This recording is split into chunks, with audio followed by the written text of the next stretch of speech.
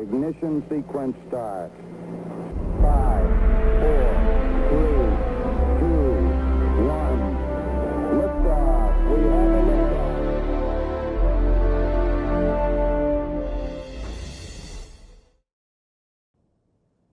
Hello, and welcome to the Schriever Spacepower series. I'm Charles Galbraith, Senior Resident Fellow at the Mitchell Institute's Spacepower Advantage Center of Excellence. While it's easy to fixate on material systems such as satellites and boosters, the most important part of any successful organization is always its people. Developing people is the inherent responsibility of every leader, but it's also the explicit mission of Space Training and Readiness Command, or STARCOM. All Guardians, whether they're officers, enlisted, or civilians, all require training, education, and the ability to test and exercise their skills. This enables them to put into action what they've learned before they meet the challenges of operational missions or conflict. These all fall squarely on the shoulders of the men and women of STARCOM. That's why I'm thrilled to have with us today the leadership team of STARCOM. Major General Timothy Sejba, the commander, and Chief Master Sergeant Karmann-Monique Pogue, Command's Senior Enlisted Advisor. They're here to discuss the critical role that STARCOM plays in preparing the United States Space Force and its Guardians to prevail in competition and conflict. With that, General Sejba and Chief Pogue, welcome to the Schriever Spacepower series. Before we dive into questions, I'd like to kick it off over to you for any opening comments. General Sejba? Thanks, Charles. I appreciate the opportunity to be here today. Thanks to the Mitchell Institute for continuing to host these really valuable discussions across the service as we continue to talk about the great work that our Guardians continue to do each and every day. Chief and I are really honored to be here together. As we mentioned, as we were preparing for this, over the last year and a half, Chief and I have really gone out of our way to represent as a command team. And so this is just another opportunity for us to be able to highlight, how our teams are doing and what we're doing on behalf of the Space Force. But over the last 2 years, as I kind of reflect back on my command tour, we've really focused on 3 key areas that I know we're going to really dive into today. First, we're going to talk about Guardian development. You highlighted that up front, an extremely important mission that we really enjoy each and every day.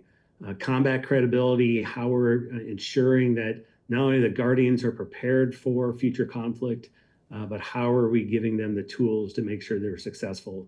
And then kind of foundational to all of that is what we call baselining the command. And as we prepare to move some of our units to new locations, that has been one of the foundational pieces we've been focused on as well, to ensure that that is a successful move also. So we're looking forward to talking about all of those topics over the next 45 minutes to an hour. Thank you. Chief. Thanks again for having us, Charles. It's always a pleasure to be able to connect with the Mitchell Institute and share a little bit of what STARCOM does. Thank you for extending this invite. I know it's a first to have the command team from a field command present to discuss what we are responsible to from a STARCOM perspective, right? You're looking at 2/3 of our Guardian force here in uniform. General Sejba being an officer, myself being enlisted, and I think had we had a senior civilian present right now, right, they would have been right here with us as well too. And that's how much we value the investment and how we're developing our Guardians and enhancing that combat credibility, regardless if they're in uniform or not. So appreciate this time we have today to share our story with the Mitchell Institute and those present. Awesome. Thank you both. And Chief, it's a great idea for a future panel at maybe one of our upcoming conferences. And General Sejba, congratulations on the completion of a successful command tour. Phenomenal job. So you both commented about some of the changes that are going on with STARCOM, and let's dive into one of those major changes. When you stood up the command, it stood up in Colorado at Peterson Space Force Base, but now you're beginning to transition the headquarters to Florida, to Patrick Space Force Base. In fact, that's why one of you is in Florida and one of you is in Colorado right now. So can you tell us a little bit more about why that change is so important for the continued evolution of STARCOM and where you're headed as a command? Yeah, absolutely, Charles. Again, when I mentioned kind of 3 key lines of effort, that baseline in the command has been one of our key priorities, because we knew that as we started to transition from initial stand-up locations, Colorado will always be a part of the STARCOM home. We're going to have a number of missions that will continue to be there, along with all the other Guardians and Space Force presence. But a little over a year ago, the former Secretary of the Air Force made the final decisions on where not only STARCOM headquarters would be located, but also several of our deltas. And so as soon as we got that decision, in fact, even before the decision, the team was really focused on a lot of the planning effort, knowing that transition, the move down here to Patrick, the move down to Kirtland for some of our other units, that those had to go smoothly so that we didn't have any interruption in mission, either on the Guardian development side or the combat credibility side. So we put a lot of focus in making sure that the planning was done right. But now that over the last 13 to 14 months, executing that plan has gone completely to schedule. And so that's evident by the fact that next week, next Friday, the change of command is going to be here at Patrick, our final home for the headquarters. And I'll hand the flag over to Major General Jim Smith, the new commander. And so, again, we've strong partnerships, both in Colorado, but also down here in Florida. So as we think about the local community, we think about Space Launch Delta 45, great partners so far as well. But the community has really opened their arms, welcoming STARCOM and the important mission that we provide to the Space Force. And so as I look around the universities that are within proximity, we're anxious and looking forward to partnering with them when it comes to how we educate and train our Guardians differently than we have in the past. As I look to Orlando, much of the OTTI infrastructure that we're building out on behalf of the service, all you have to do is look to Orlando as kind of the lead area for all modeling and simulation across the Department of Defense. And then certainly the gaming industry has so much that it can provide as we think about how we train Guardians differently than we have in the past. So there's so many strengths that come together with this location of why the headquarters, for many reasons, it was selected. And so we're really anxious to continue those partnerships. Again, some of those we started almost a year ago as soon as we got the decision that we were going to move down here. So we're very thankful for that. I'm really proud of the team for all their hard work, again, to make this move successful and to pull things together on the timelines that they did, given all the other demands that the service has for STARCOM and our Guardians. Great, thank you for that. So Chief, are you going to be staying in Colorado, or are you going to be moving down to Florida too?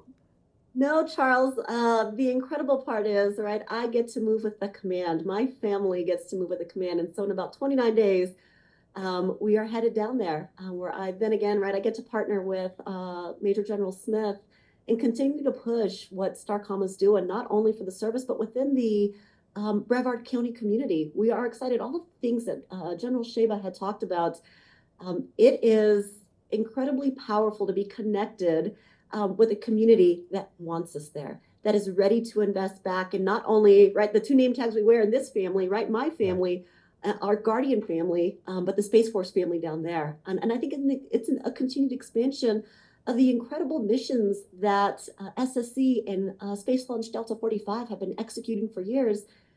We're just enhancing, right, on what we bring to that community and how we diversify the experiences our Guardians can have throughout their Space Force career. Awesome. So on that note, one of the first parts of anybody's Space Force career, especially for the enlisted, is basic military training. So can you shed a little bit of light on how basic military training has changed for Guardians and how it's going to continue to evolve? Oh my goodness, Charles, I cannot speak enough about that foundational formation, right? General Sejba and I say every Guardian starts their journey in STARCOM. And for our enlisted teammates starting that journey down at Lackland Air Force Base at our detachment, experiencing what it means to transition from a citizen to a Guardian.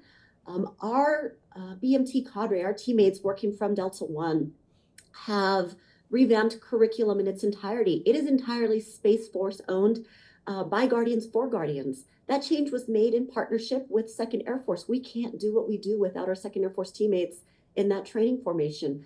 But we are working towards ensuring a distinct BMT experience for our Guardians and ensuring that we've aligned the curriculum to meet our core values, right? That our Guardians are learning mission planning. Our trainees, before they even earn the moniker Guardian, right? They're understanding what it means to mission plan, to debrief. They're learning about Space Force history. They are learning about mindfulness, resiliency, right? Tying back to that holistic health approach that we value in the Space Force. Reasons why, right? General Sejba and I are wearing our watches, and we are part of that holistic health assessment.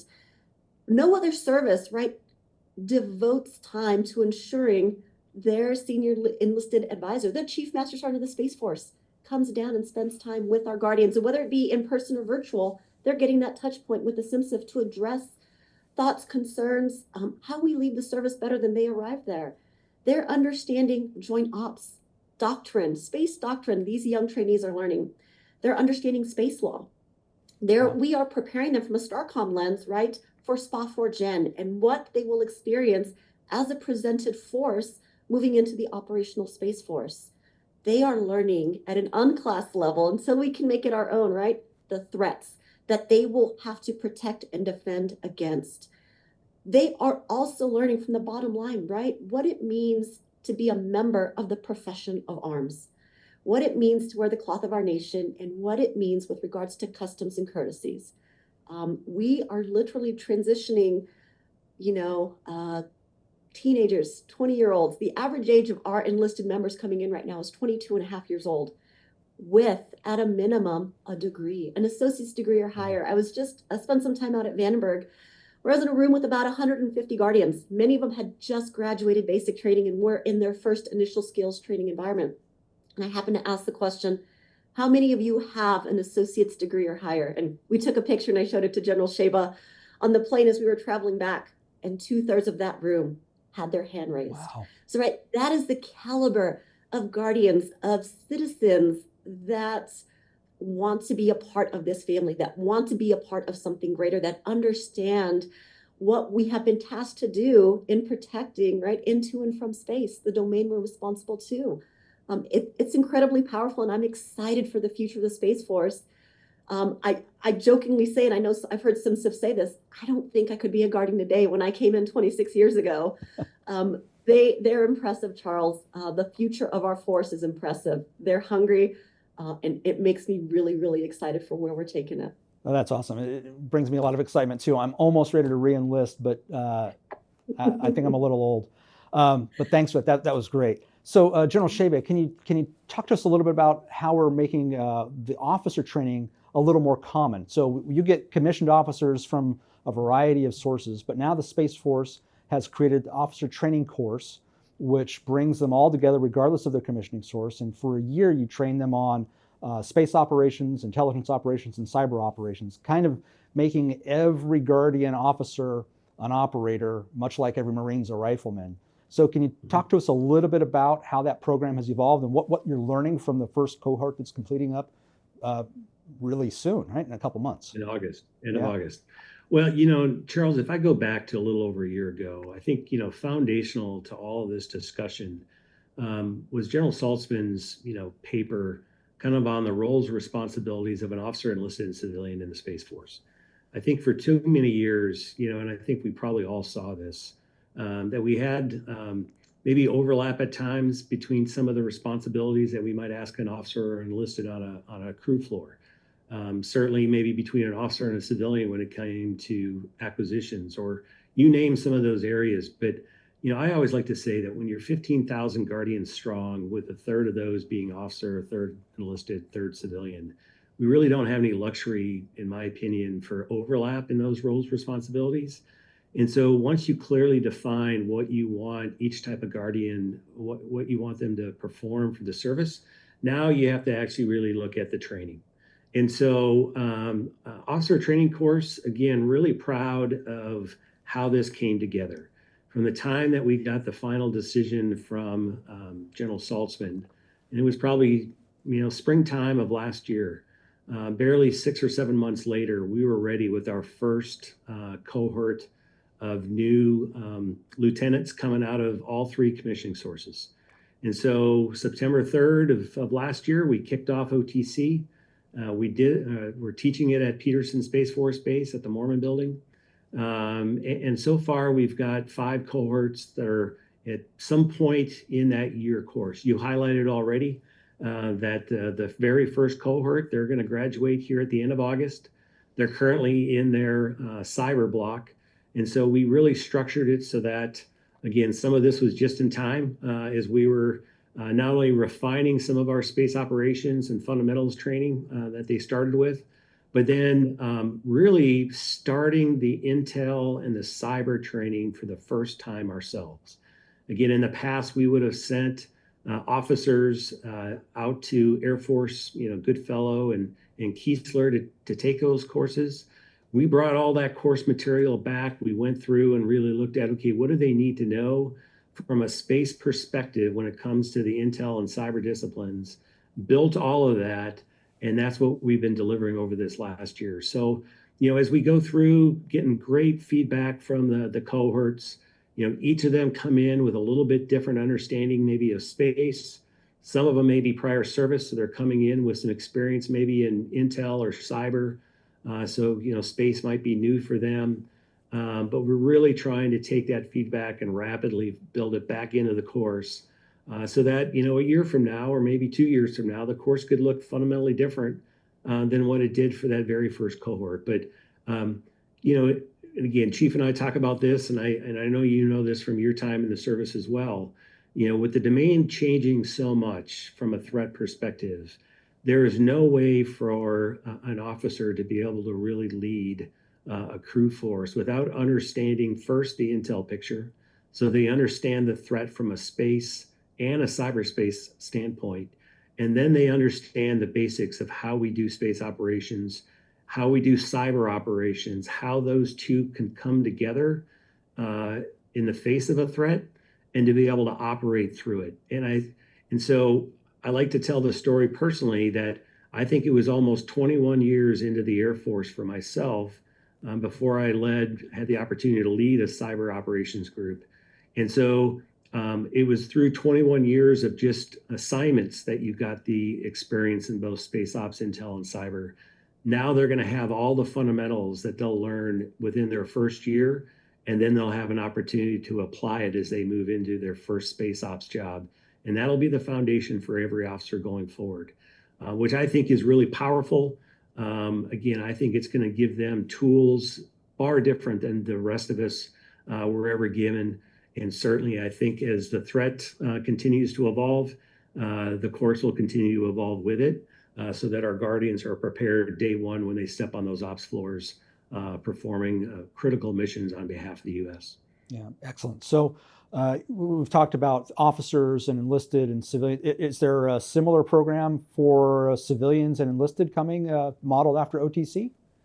There is. And so, one of the areas, again, I've spent a considerable amount of my career working hand in hand with civilians across multiple organizations.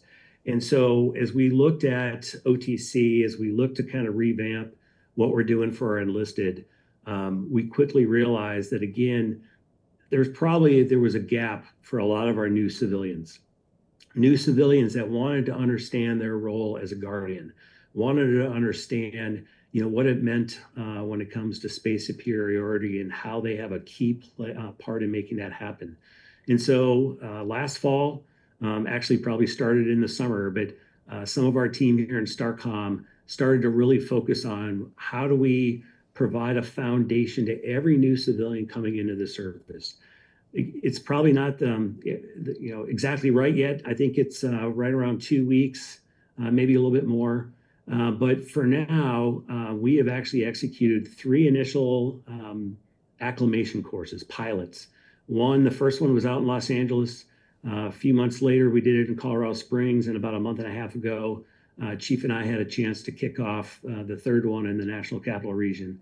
Every course has been somewhere between 25 to maybe 35 civilian Guardians, and we've just gotten phenomenal feedback.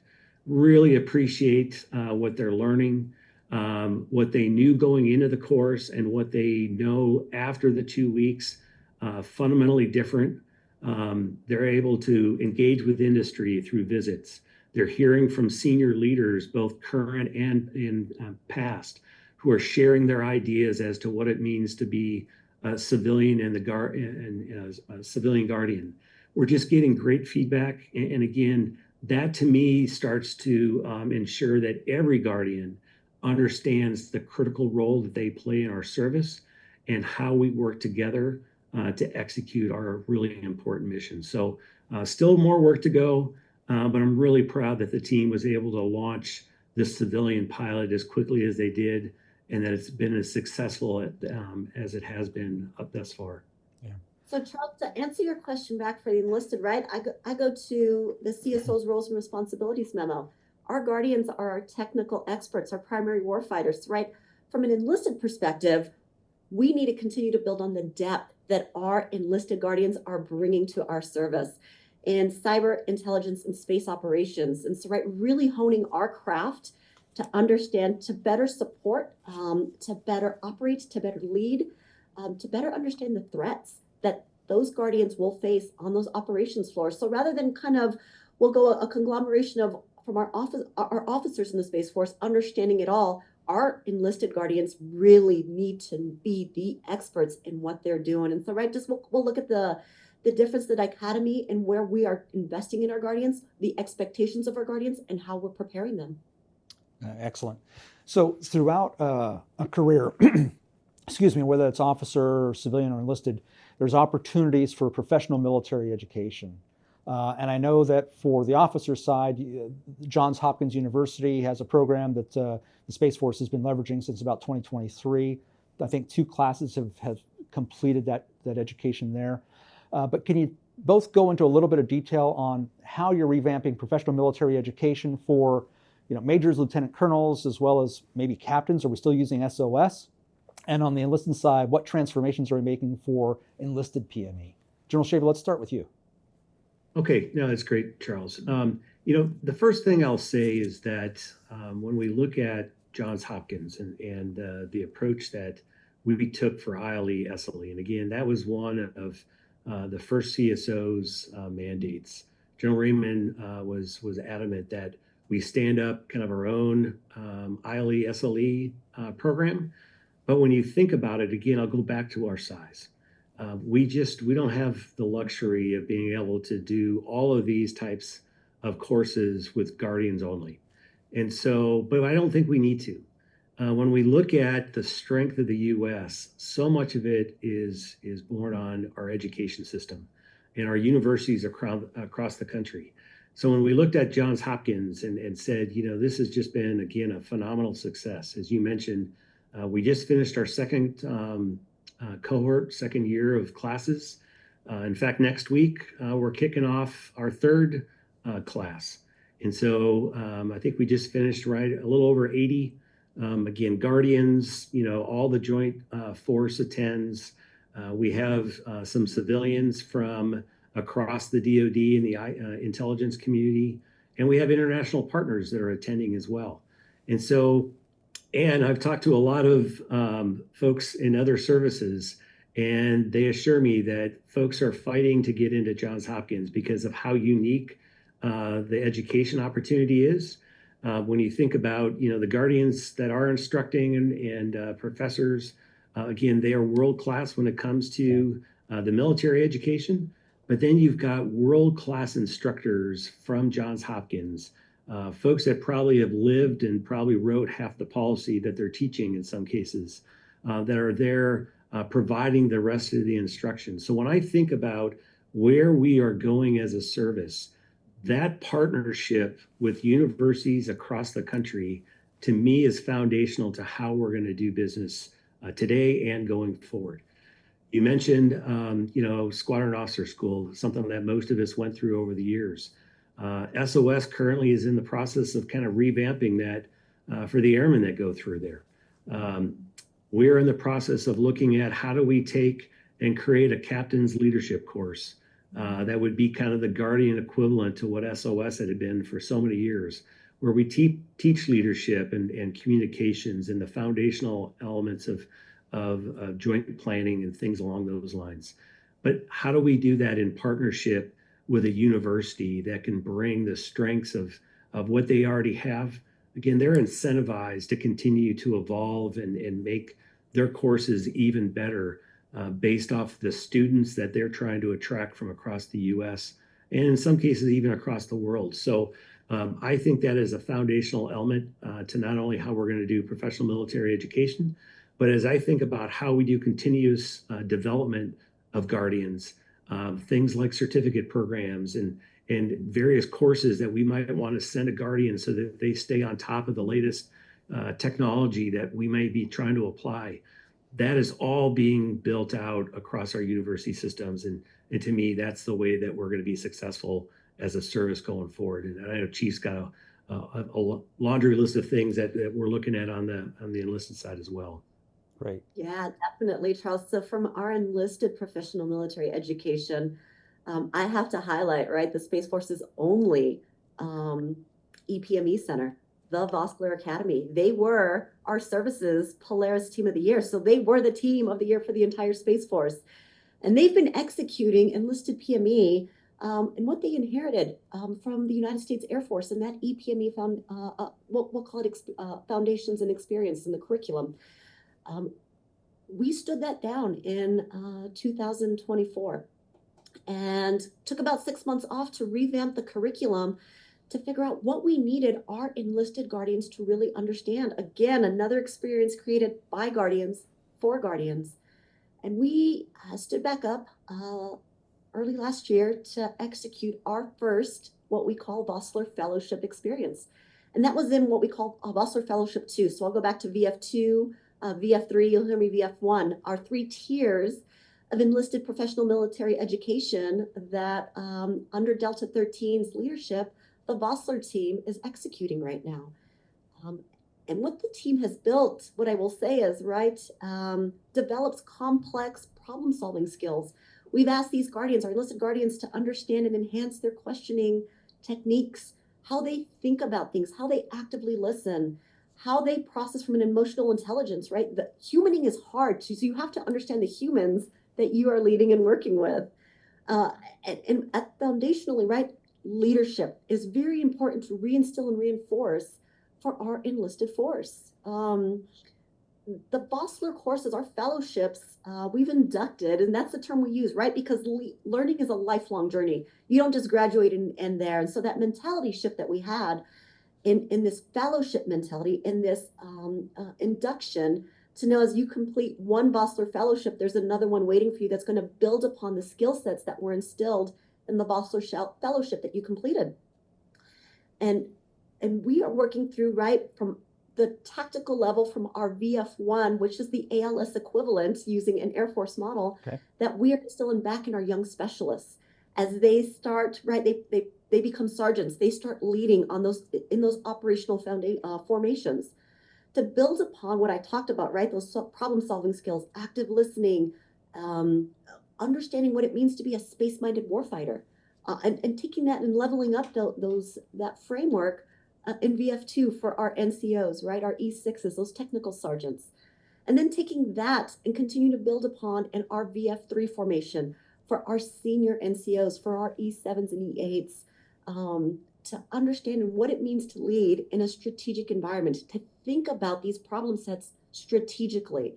I just spent this morning prior to this interview with our Vossler Fellowship team. They have partnerships right now with the Joint Special Operations University, right? And understanding the depth of what it means to be joint-minded, what it means to understand those warfighting skill sets, right? We are incredibly proud of what the Vossler team has built and what they're executing, and how they are truly investing in developing our enlisted force and hoping to get there as we work towards joint accreditation, right? With our ILE and SLE formations, bringing in those joint partnerships into this Vossler experience, because we don't go it alone. Yeah, excellent. So if I could pull on that joint thread just a little bit, I was privileged to go to the Johns Hopkins graduation ceremony a few weeks back, where they were presenting awards for writing. And I was just astonished at how many non-Space Force officers were there from the Army and from the Air Force and from the Navy, the Marine Corps, that were there and winning awards about writing about space power thinking. It was pretty impressive, as was the role and the extent that we had international partnerships represented at the ILE, SLE graduations. So it's great to hear that that's going to continue for both officers and the enlisted PME programs. Absolutely. Yeah, great. So one of the things that we've talked about at the Mitchell Institute a lot is how Congress needs to fund the Space Force to grow. And often that comes down to talking about you need to increase the budget so that you can buy more stuff, more kit. But it also comes down to growing the actual Space Force. As we've talked about, it's a very small service. It will probably remain a very small service for a long time. But if you're ever given the go-ahead to actually grow in the end strength, and I'm not asking you to comment about what that end strength might be someday, but STARCOM is going to play a critical role in how quickly that end strength could grow. So can you talk a little bit about the capacity of STARCOM to flex or respond to any growth needs for the Space Force? Yeah, Charles, and again, it would be a crystal ball if I was to even guess at what the final end strength needed to be. But I know that, one of the things General Saltzman is really focused on is understanding, unit size, mission capacity, things along those lines. Those are things that we're all working, pretty diligently right now. But when I think about STARCOM, Chief highlighted this before. We are very dependent on a very important, partnership with the Air Force when it comes to a lot of our training pipelines. 2 years ago, I certainly didn't realize the complexity of training pipelines and what some of those potential bottlenecks might look like. But when you think about how do you go from maybe producing 900 Guardians a year through basic military training to something greater than that, you have to really understand it's kind of a stair step. There's a number of things that all come together to be able to execute that. Again, we're executing at the same yard down in Texas as our Air Force airmen. And so quickly going through and understanding, okay, facility space, dorm space, number of instructors, dining halls. Once they finish there, they have to go on to initial skills training. And so what are the exact same capacity questions you have to ask when it comes to space operations or cyber or intel? And so one of the things that we've gone through over the last 4 or 5 months was an exercise to really look at what would it take if we had to just hypothetically double the force. And when you go through an exercise like that, then you start to really understand what are some of those maybe bottlenecks in your training pipeline that you would have to address, either through temporary facilities that you might put in place or facilities that you might take advantage of someplace else, or even, as you look at MILCON needs, what's the timing of when you would be able to get to a more permanent solution? Mm-hmm. I think all of those things we have to continue to look at because, as soon as you start to talk about increasing the size of the force in either officer enlisted or civilians, it's going to have a ripple effect. It's not only that first step, as they come into the service, but just like the conversation we were just having a minute ago, as we think about professional military education, you have to go through and look at what does that training and education roadmap look like? What are all the different schools or opportunities you're going to want those Guardians to go through? Because there's probably a throughput that each of them can provide. And it probably is not sized to what you might want the force to eventually look like. And so STARCOM has done a really good job, I think, of starting to look at that problem. So when asked, we'll know exactly what it's going to take to start to increase any one of those pipelines, either in partnership with the Air Force or eventually, probably 10, 15 years down the road. How do we actually control some of our own pipelines so that we can actually bring Guardians through completely in a Guardian culture and environment, which I think is important eventually for the service to get to. Mm-hmm. That's great. So I'm going to shift gears a little bit and talk about the second main point that you brought up, General Sejba, and that's combat credibility. So preparing Guardians and the Space Force for potential conflict isn't just about preparing the Guardians, it's also making sure that they've got the right kit that they can rely on to actually get the mission accomplished, kit that's been rigorously tested.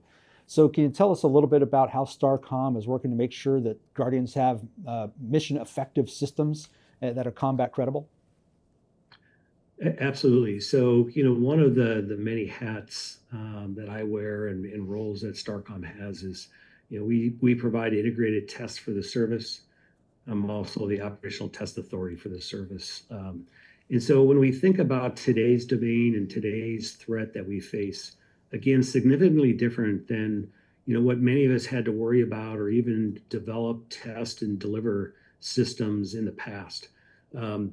Many times, as I go through some of the systems that we've probably been operating for 5 or 10 years almost already, we didn't necessarily go through some of the rigorous testing, threat testing that we probably would do today, because the threat really hadn't materialized the way we're seeing it today and advancing as quickly as it is. And so over the last, especially 5 or 6 months, we specifically started routine test reviews collectively with the team. And it wasn't just with the test community, it's with, some of our PEOs and program managers. It's certainly with the rest of my deltas, Delta 11 being a key part of that from a red threat perspective and the ranges that they operate. But really looking at how do we get to combat effectiveness of each of these systems. Again, I don't think the goal can be 100% effective. I mean, we know that even as we look at other domains, we look at weapon systems over time, testing has continued to evolve the effectiveness of those systems over years or maybe even decades. So we know that we've got work to go, but at the end of the day, we need to understand how effective many of our systems are going to be against a threat so that we can at least inform senior leadership of the risk of each capability and what it provides.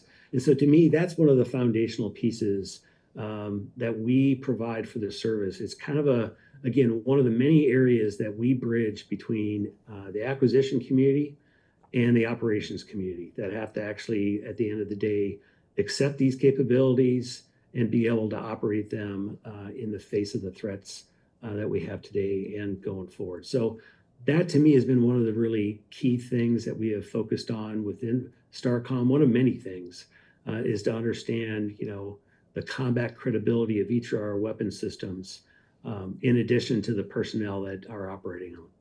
Yeah. So I think another point to add to that, right, is building out our test community. This is an expansion of skill sets. A small cadre of airmen under Air Force Space Command were executing, and now we have an entire Delta 12 dedicated to that. So building out that expertise and the investment going back that we have and sending Guardians off to test pilot school and our enlisted Guardians going off to the enlisted test course to build out the Guardians that not only understand the weapon systems that we're testing, again, the refinement and how we can capitalize on protecting and defending and getting after the threat. And I think that's really important, right, for those adaptive critical thinkers that we have in our formations right now, the leaders that need to understand what they're testing, what it means to get after the problem sets and be the advocate for our Guardians and the weapon systems and the capabilities that we're delivering across multiple field comms right now. Yeah, and Chief brings up a great point because, again, this is another area where partnerships is absolutely key.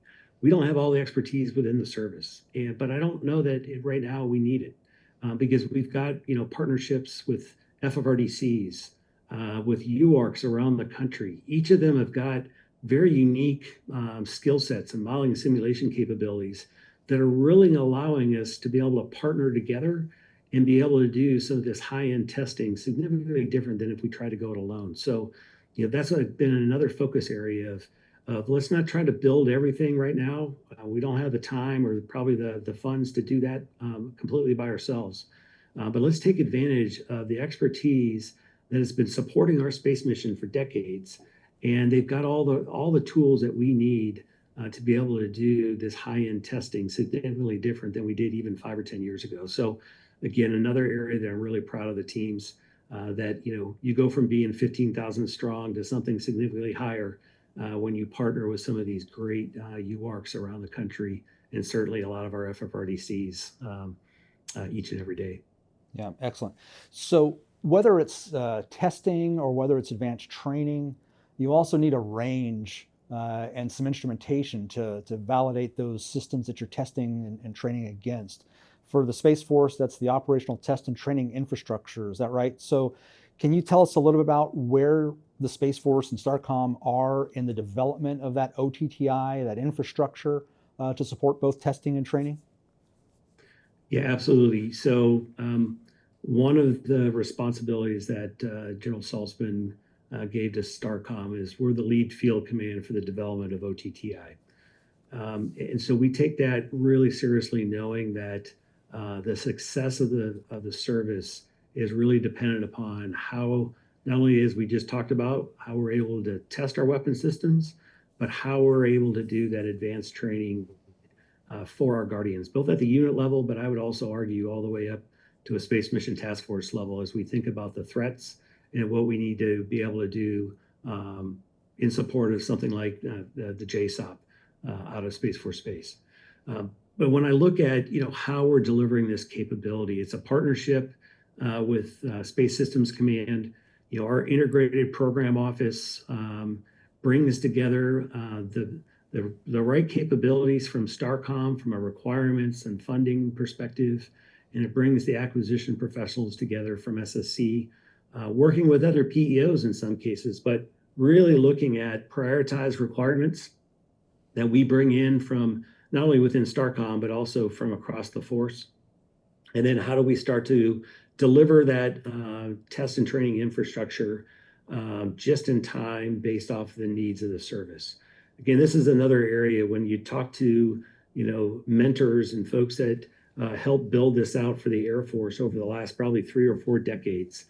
They remind you that it takes a long time to get to even what the Air Force has today, that we continue to even partner and leverage from a space perspective. So we certainly we don't have all the time and the resources to be able to deliver everything that we want, but we have very distinct roadmaps and plans of what systems are coming and when. What do we need to do from a test perspective? What do we need to do from a training perspective?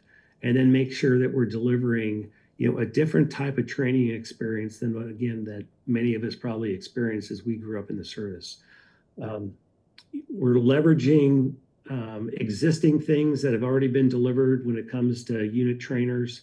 We're looking at how do we actually threat inform some of those trainers. So kind of think retrofit so that we can introduce a threat to each of those unit level trainers.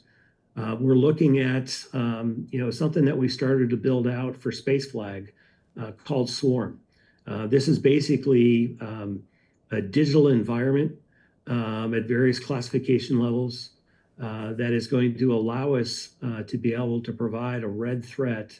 We're bringing units together at Space Flag already and executing within that digital environment. And so the Space Flag that we just completed here about a month and a half ago, many of the threats that we face were simulated in that environment. And you had crews from across the Space Force that were actually executing over a 2-week period to understand how they would actually perform in that kind of environment.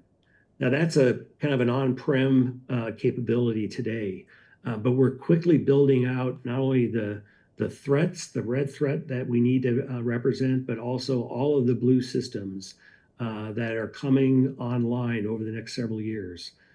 We are putting those all into a digital fashion so that the crews can actually execute. But then we're quickly moving it to the cloud so we can get to a distributed training capability that allows each of those Guardian units to actually be able to do what I just suggested from their home stations, but do it over and over. So not only reps and sets for themselves, but when we think about how crews need to work together now differently than we did to be able to counter some of the threats, how do we bring those 5 or 6 units that might be really important for trying to protect and defend a high value asset? And how do they get reps and sets doing that in a digital fashion so they're prepared for something that may be even more complex in the future? Certainly something that's 1v1 when it comes to threats, but probably 1v many in the future. So, I mean, that's just some of what we're doing. There's a lot of different, both the training capabilities, but also some of the ranges that we're building out, whether it be digital ranges, cyber ranges, all of those things are coming together now And again, much of it is leveraging other investments from either the Air Force or other services so that we can build it out much faster than if we tried to go it alone, because we just don't have the time based off of the threat and knowing that Guardians need to be prepared differently like yesterday. And so we're really focused on that. I think Corey Klopstein and his team have done a phenomenal job in balancing the priorities of the service and the pacing threat and delivering the right capabilities at the right time. Yeah, that's great. Yeah, go ahead, Chief. Yeah, excuse me, sorry if I could add on to that, right? It's not just in that exercise in the range environment and what our Del 11 team is executing day in and day out to test the force. This goes back into that partnership we have through SPA4 Gen. And right, as we are preparing our forces that are going to be committed, right, and presented back, it's the understanding of what they see in these exercise and training environments that they know that they're going to be prepared for. They may see again in an operational environment. It's that partnership again from a service, because SPA4 Gen is not inherently a SPOC thing. It is a service thing. Right. And STARCOM owns a large part of that in that prepare phase, right? As we are readying those forces to be presented. This is a huge undertaking that we have built in that, again, as General Sejba said, the culture shift in working cross Delta, cross crews to understand how we partner together. Yeah, that's great to hear. And certainly a lot of progress has been made from, just a few years ago when I remember we'd do an exercise or a war game or something, and it would be a white card that said, assume this space effect had happened. And now you're actually being able to model and sim it with Swarm and some other capabilities. So that's outstanding. I really appreciate this discussion, and I've got more questions. I could go on, but I need to give our audience an opportunity to ask you some questions as well. So to those of you in our audience, I think you know the drill by now. Please put your questions in the chat function or raise your hand and Aiden will call on you. If he does, please unmute your mic, state your name and affiliation before asking your question. So we've got a lot of areas to cover. I think General Sejba and Chief Pogue have done a tremendous job of outlining several different areas that we could pursue. So let's open it up to questions. Aiden, who do we have up first? First, we have Greg Hadley of Air and Space Forces magazine. Awesome. Go ahead, Greg. Hi, General. Hi, Chief. Appreciate you doing this and good to follow up on our conversation from earlier this year. I was wondering, you mentioned with the move to Orlando, the possibilities enabled by that, especially with modeling and sim. Could you connect that for me to OTTI and kind of what you're most excited about to develop for OTTI? What's most urgent and high on your list? Yeah, so and Greg, thanks for the question. And again, thanks for your time earlier this year. It's good to hear from you again. As I was kind of explaining kind of where we're going with OTTI today, if I go back even about a year and a half ago, we were certainly going down I think one very distinct path, a very Heat 3 type environment, high-end test and training. And certainly we need that for the service. It goes back to many of our space superiority, space control type programs that probably need that high-end modeling and simulation environment so that we can do some of the testing that we probably need in that kind of environment, as opposed to something on orbit that we may or may not be able to actually execute. And so as we've met with many of our service partners over in Orlando, every one of them has got a strong presence in the Orlando area, because again, there's so much modeling and simulation capabilities. And so as the lead field command, but also as the kind of chair of our OTTI board of directors a little over a year ago, I made the decision that we were going to kind of go down two very distinct paths when it came to OTTI. One is getting after this distributed training capability that I kind of explained a minute ago, because the CSO was very clear that advanced training had to be priority one. And this approach that we're taking is already bearing fruit as quickly as we're delivering this advanced training distributed capability. But at the same time, we also know that we still need that high-end test and training environment for probably some of our space superiority type capabilities. And so something like joint simulation environment, JSC, with significant investment already from not only the Air Force, but the Navy, and I know there's others that are looking at it. Something like JSC is something that we eventually will need.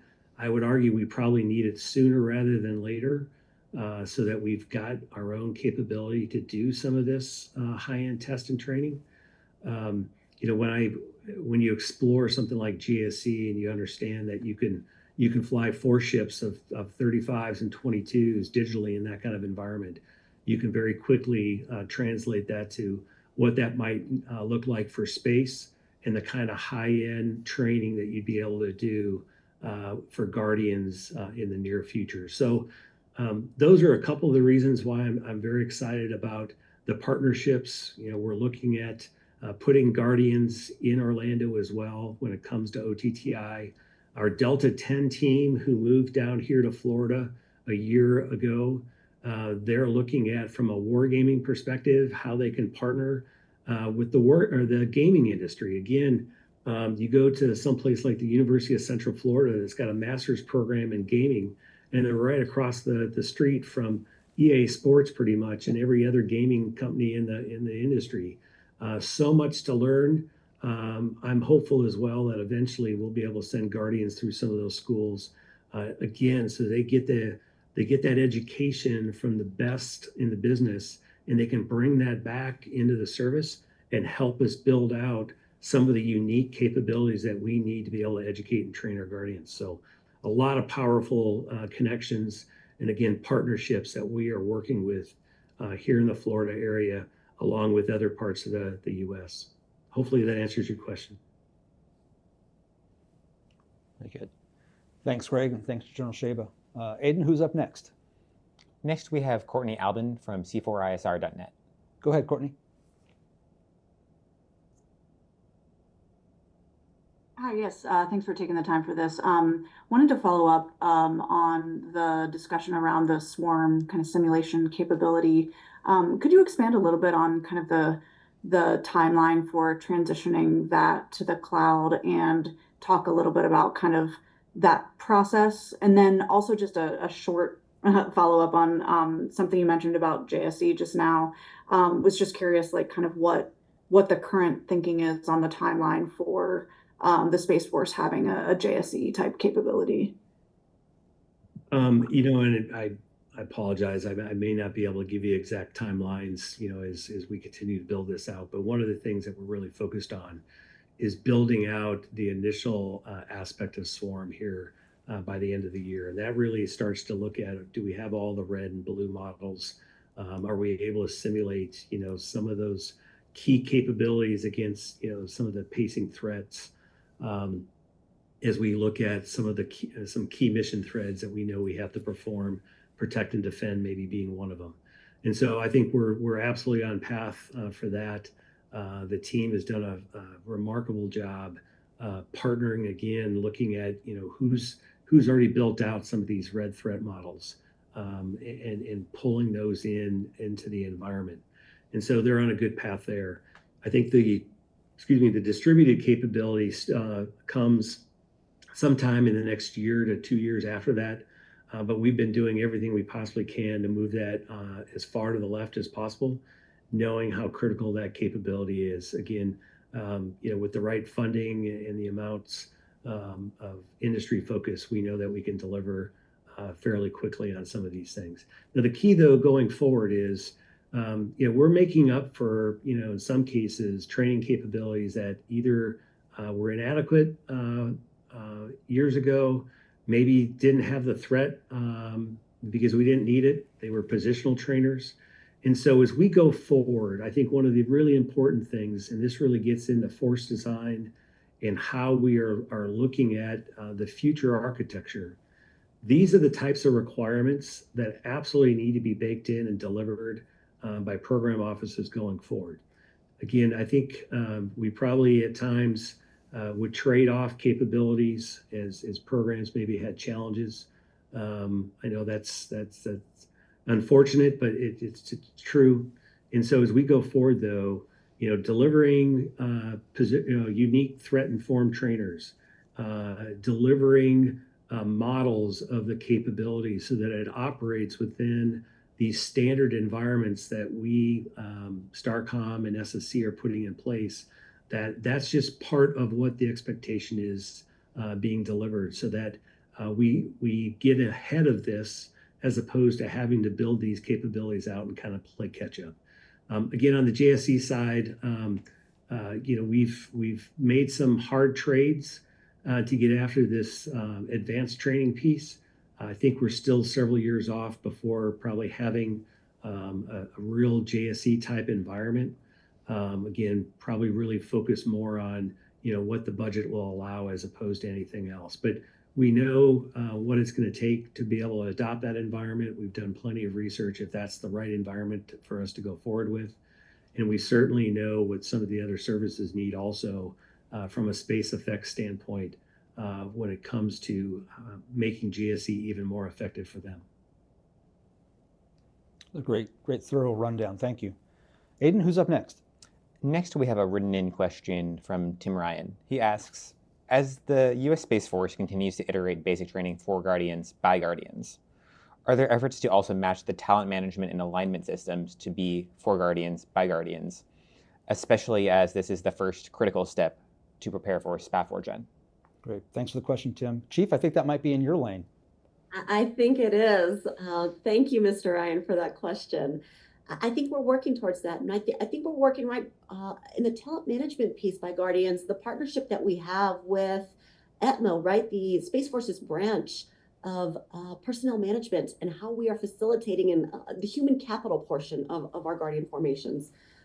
Getting after that, and it's not just a machine like I experienced in the Air Force, here's your assignment, here's where you're going next, is really delving into 4 questions that we ask across talent management boards that are executed on behalf of ETMO for the Space Force, right? What has the Guardian done and what can the Guardian do? Where do we really invest and put, right, hold our end of the bargain up as Space Force leaders and matching Guardians to the right experiences and what they bring from their skill sets, their leadership and talent and where we need them. Lastly, it goes back into, right, what are the needs of the Space Force? And then ultimately, the last question, what are the needs of the Guardian and their loved ones? And then really looking into Guardians that have a passion, that want to be in those basic military training formations, right? As a military training instructor, Guardians that have a passion to be a podium instructor in our initial skills training formations, at officer training course, at our PME, in our PME ecosystems. Going back into talent management, Guardians that have that they've invested in themselves and we've invested back in them, going back to those Guardians that have graduated enlisted test course, test pilot school. Where are we leveraging ETMO to help us place these Guardians with their capabilities in the right formations? I think that is a true fundamental shift from any other service in how we're getting after Guardian development. I know that the other services are looking into right now, especially from our sister service in the Department of the Air Force. The Air Force is really looking at how they manage their senior enlisted leadership. Are we placing the right Guardians with the right skill sets at the right time to continue to develop our force? It's powerful, and that connection piece. And I think we can get after that because we are such a small force, Charles. We are able to do that to make sure we're placing the right Guardians where they need to be. And ultimately, being part of the uniformed service, right? Being a professional in the profession of arms, sometimes just comes down to what does the Space Force need you to do right now? And then how our Guardians are taking advantage of those opportunities. They'd be surprised, as General Sejba and I both talked about opportunities that have been presented to us and how we've been able to grow, learn, and lead from those to then coach others into, hey, take a chance. You never know what it's going to bring or what you may find or who you may have a connection with as a Guardian, as a leader, as a professional in this environment. It's powerful. And I really appreciate how we're getting after that for all of our Guardians, both officers enlisted and civilians. Yeah, that's exciting. And I like that you highlighted the fact that you've got to take the Guardians' perspectives into account as well. When you talk about the skill set that they come in with and the training that you provide them, they're going to be sought after individuals. And so making sure that you understand what impacts their decisions to stay in with all of that talent is going to be critical. But at the end of the day, we are a military service, and what you need the service to have you do is what you're probably going to go do. And I think that that's just a reinforcement, right, of our Guardian value of commitment, right? We have a commitment to one another. I said, right, between this family and how what we need you to do and what you want to do, right? That's Yeah. It's incredible to be a part of this and how we're changing that and kind of be right in the last 5.5 years, be a part of this. It's really, really cool. It's really, really powerful. And I know it reinstills, right, a Guardian's commitment back to the service and what we're providing back to them. Yeah, very exciting. I wish we could keep talking, but unfortunately we run out of time. So, ladies and gentlemen, we've come to the end of this Schriever Spacepower series. Thank you, General Sejba and Chief Pogue, for taking the time to speak with us today. Be sure to join us in 2 weeks when we have a discussion with Brigadier General Jacob Middleton, the Space Component Commander of EUCOM and Africa Command. And to our audience and from all of us here at MI Space, thanks for joining us. Have a great Spacepower day.